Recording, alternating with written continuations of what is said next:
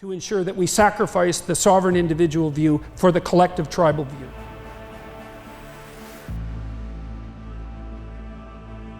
Paid a very large price enriching the rest of the world.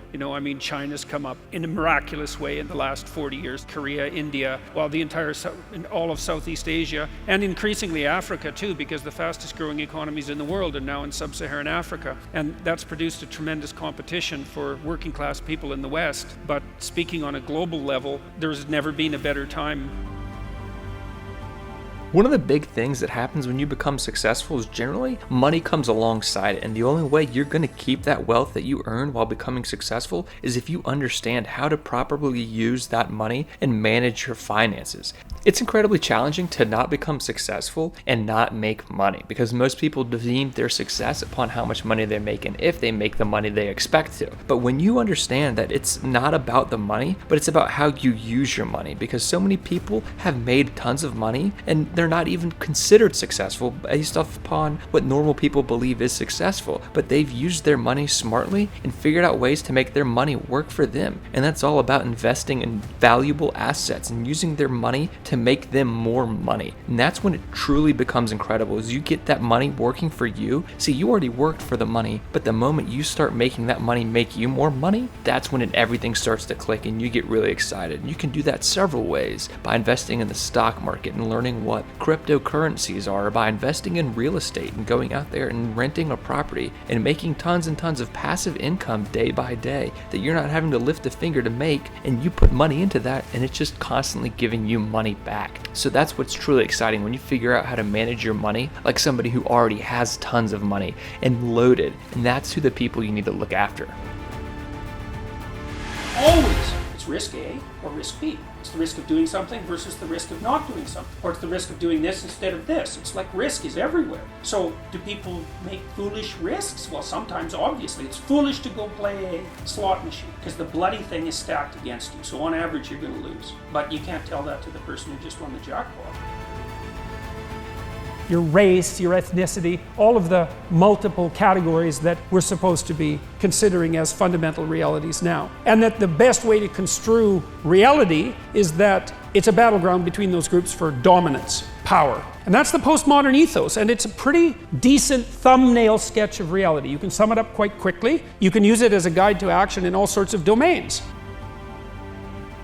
Laying out the idea of individual sovereignty in a fully articulated manner, in a way that allows a political system to arise predicated on the assumption that the individual is of intrinsic value. And if you need a thumbnail view of the world, the most effective thumbnail view is that, both with regards to their rights, but even more importantly, and often forgotten, with regards to their responsibilities.